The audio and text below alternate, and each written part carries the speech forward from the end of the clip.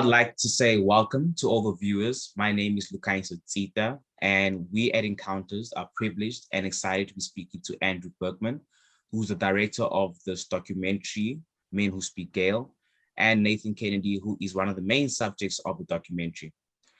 Just to let you guys know a little bit about our guests today, Andrew is a gay South African-born filmmaker, currently based in the UK. He has produced and co-directed with Oscar shortlisted feature documentary director Mark Hopkins on various projects, including the development of a film about the Zits Moka, Africa's largest contemporary art museum, an IMAX feature on the eco-war in Gabon. Currently, Andrew is developing another feature, Dirty Coffee, investigating the illicit coffee trade in Guatemala and its implications for consumers of coffee. Nathan Kennedy is a main collaborator and creator of the art performance of which this documentary is based.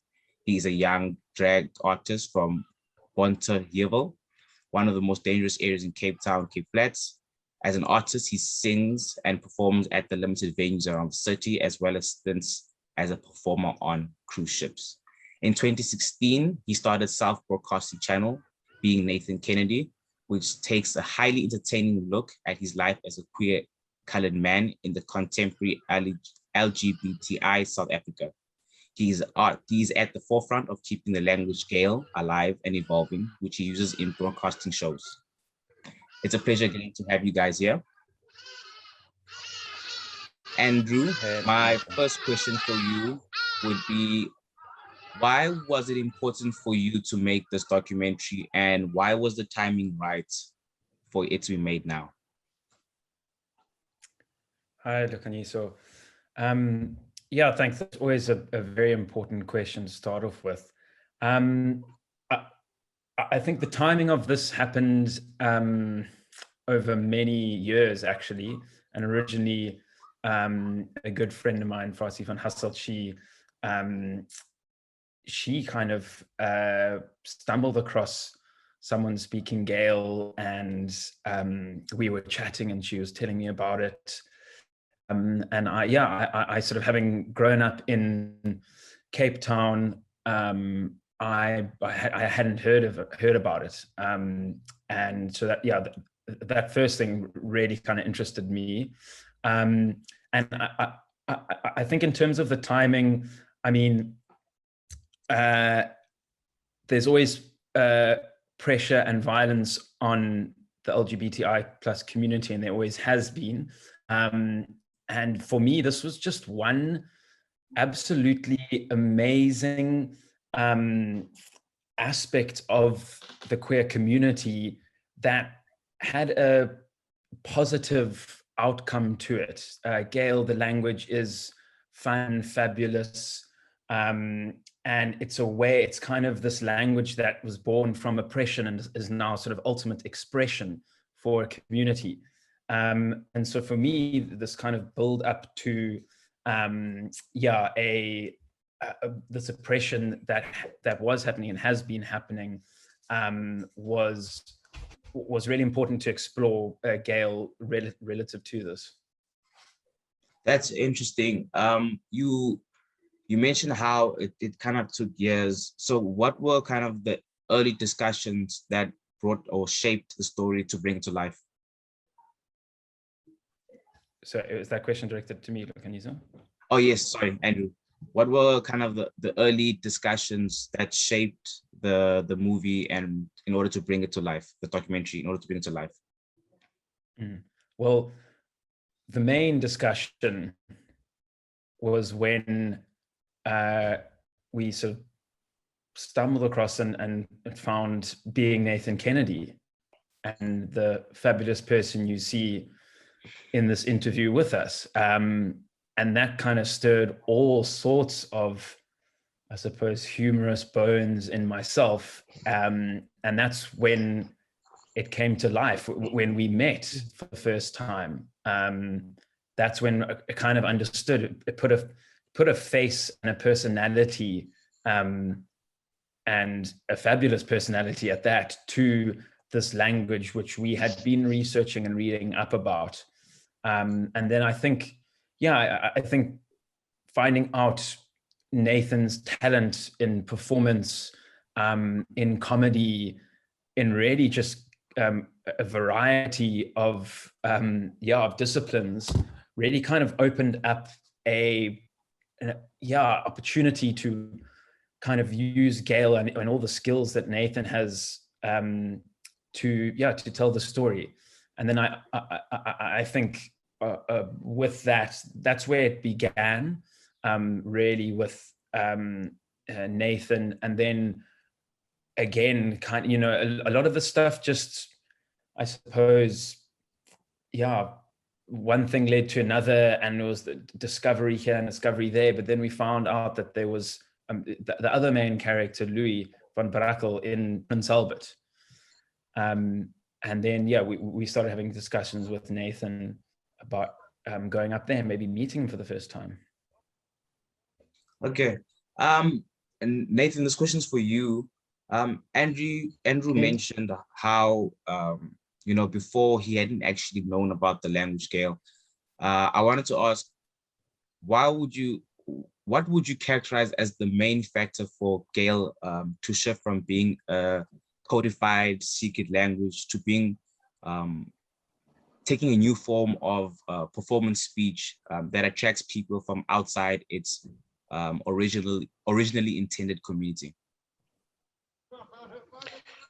For me, the Gayle right now, especially, it's more prominent now among straight women. They love using certain words when going shopping, when speaking to friends, and also because it was a secret language for us back then when it was started in the 1960s or even before that. It is now a more vibrant thing that you hear more often, not even in the LGBTIQ community, but more in the heterosexual community, even among straight males.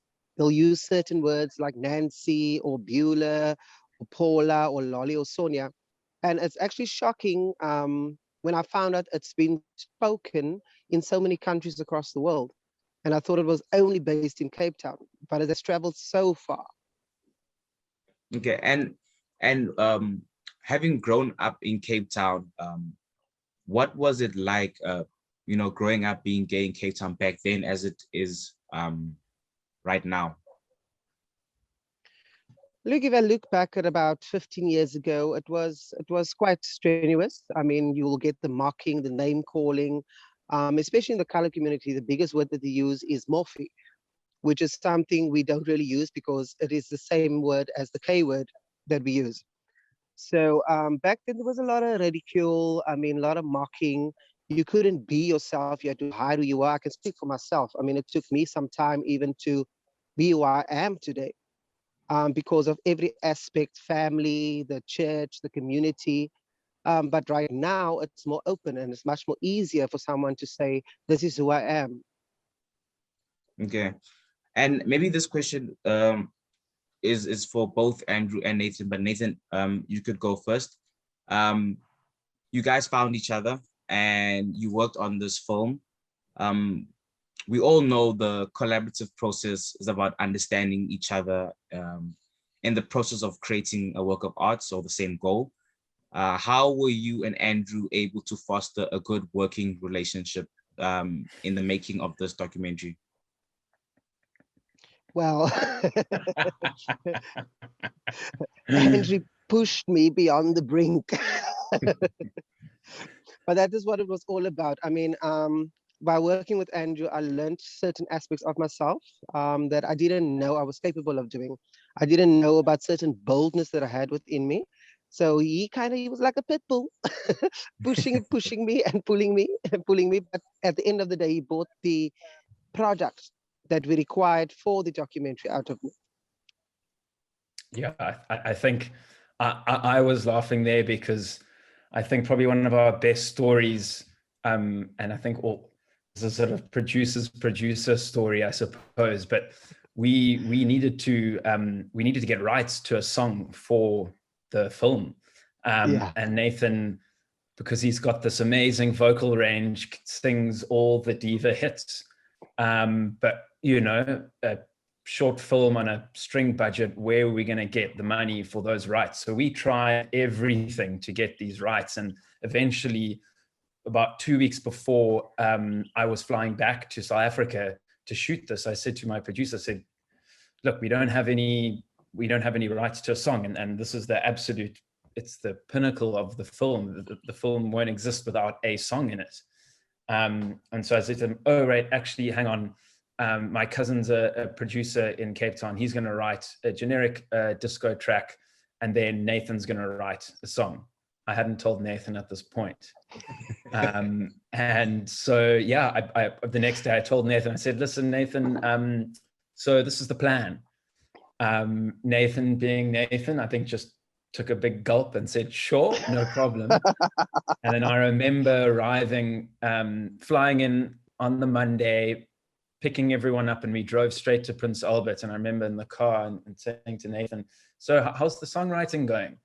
And I remember so clearly, and you probably won't remember this, Nathan, because you probably blocked it out your memory. But he said, no, I've had lots of thoughts. So I was just sort of sitting there driving, thinking, okay, so nothing.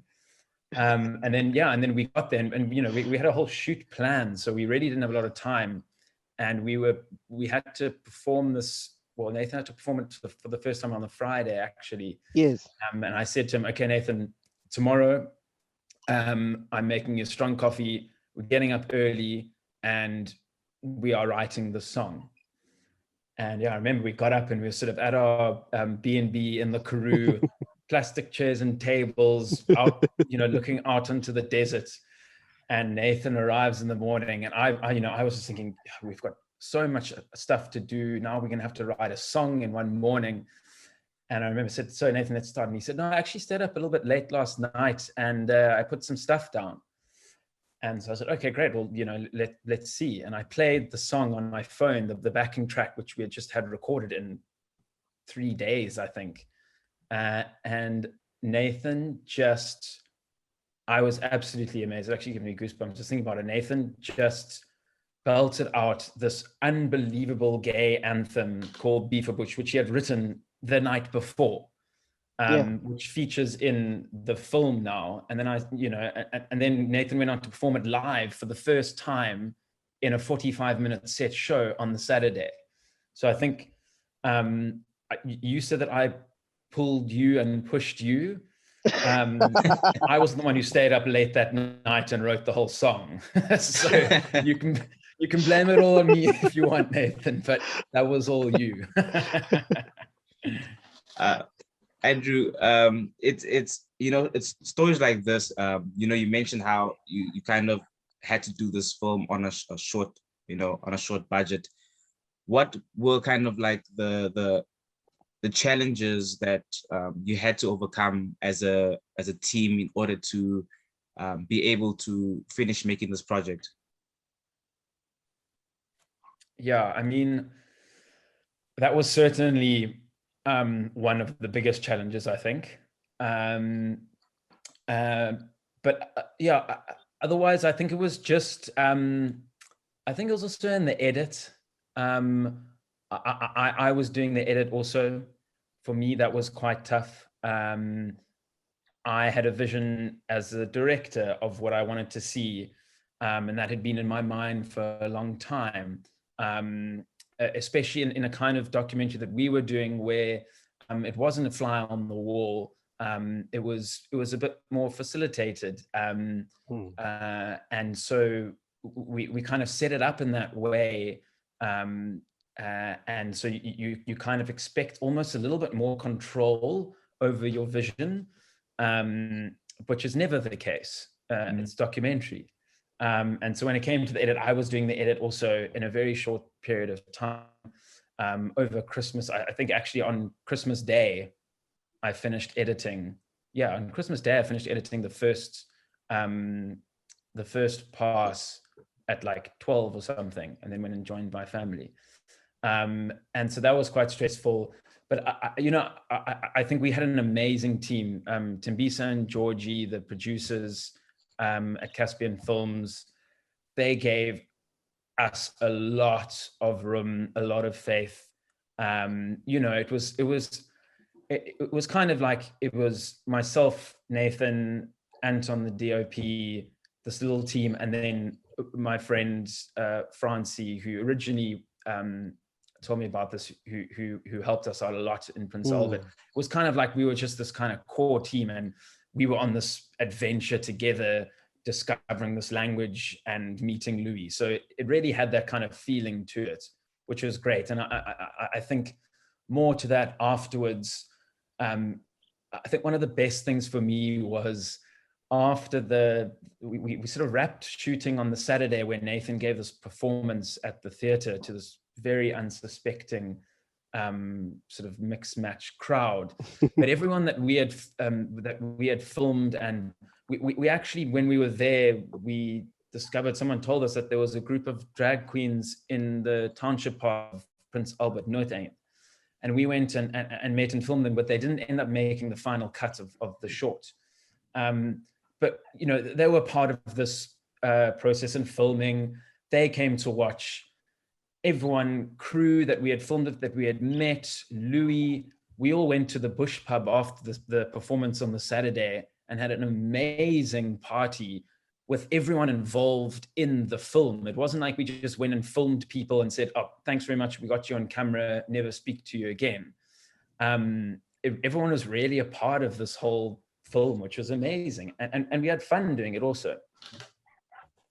And you know, I've as compared to the other projects that you've done, how was this project different? And what are you aiming to achieve with this documentary, Andrew? So this project was different in the sense that it has a complete humorous element to it. It's a documentary that's fun and exciting, but that still is, of course, dealing with important issues. And what's actually subsequently happened from that, and from the BFI funding and involvement of this, we were in Durban Film Fest pitching a feature version-ish of this, but it's really evolved. And the feature now, which we are developing, still involves Nathan in performance, as well as a few other ensemble characters. But it's this kind of journey to the corners of South African queer communities, looking at gender-based violence in and on the queer community, and then working with people and their stories to put on these amazing performances and spectaculars in very unexpected locations for and with the communities. So it's still, you know, the narrative structure of a road trip and meeting people and putting on a performance, which really is the core of the short. We just kind of expanded this, and then the subject of GBV, I think, is relevant to Nathan and a few other people in this film, of the main ensemble. And so that's kind of where the conversation came with that, soon after this film, the short came out. So it's all kind of really evolved from the short, which, we started developing and shooting almost more than 3 years ago, actually. Thank you for that. And then a closing question for Nathan. You know, what I got from this documentary is how this language is able to kind of bridge differences. It's able to connect people that maybe before weren't able to kind of find a way to understand each other. And I think that's the beauty of music. That's the beauty of art.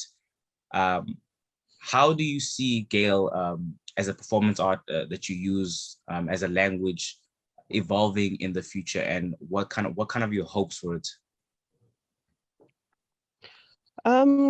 Right now, with Gayle right now, I can, it's actually quite evolving. I mean, I was surprised that on most of the Cakenet channels, all of that, they're actually starting to use the Gayle words in most of the episodes, like St. Ooster, Arendsvlei, they're actually using it now, because I've done Klop segments, I've done Cakenet segments already. For me, the involvement of the gay language, it's becoming bigger.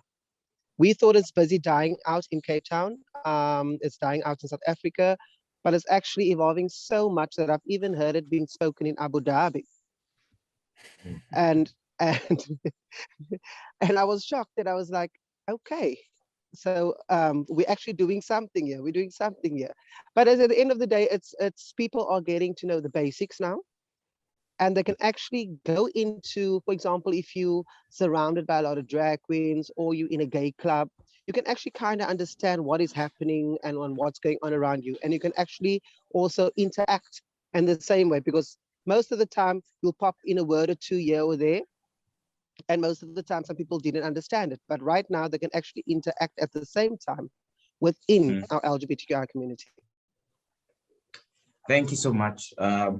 Yeah, I think that's quite an interesting point that you make there, Nathan, is that it's also a kind of it can be a way for people in the queer community to connect with people outside of the queer community in a really innocent, fun way that doesn't have any political or social weight on it. You know, it's meant to be open and fun and conversational and connect people. And I think that's one of the most beautiful things about it. True. And, you know, I commend again the work that you guys have done. I think in you know, with when you're addressing issues, you guys have found a way to bring light to you know, the culture, the history of the gay community and the LGBTI community at large in a light way that kind of invites other people inside, you know, and for me it was eye-opening, for me it was education as well, and I look forward to seeing the work you guys do with the future when it comes out. Great, thanks so much, Lukaniso. Thanks, Luko. And then in closing, on behalf of Encounters, I would like to thank you again for taking the time to speak to us and share your insights on the work you've done. We wish you all the best for the future. And then for those who would like to follow your work, where can they? Yeah, so, well, Nathan, why don't you start with your social handles? Yeah, they can follow, because I do the Gayle tutorials. I'll be reposting some of them now again. They can either go onto Being Nathan Kennedy page on Facebook or on Instagram. Yeah, cool.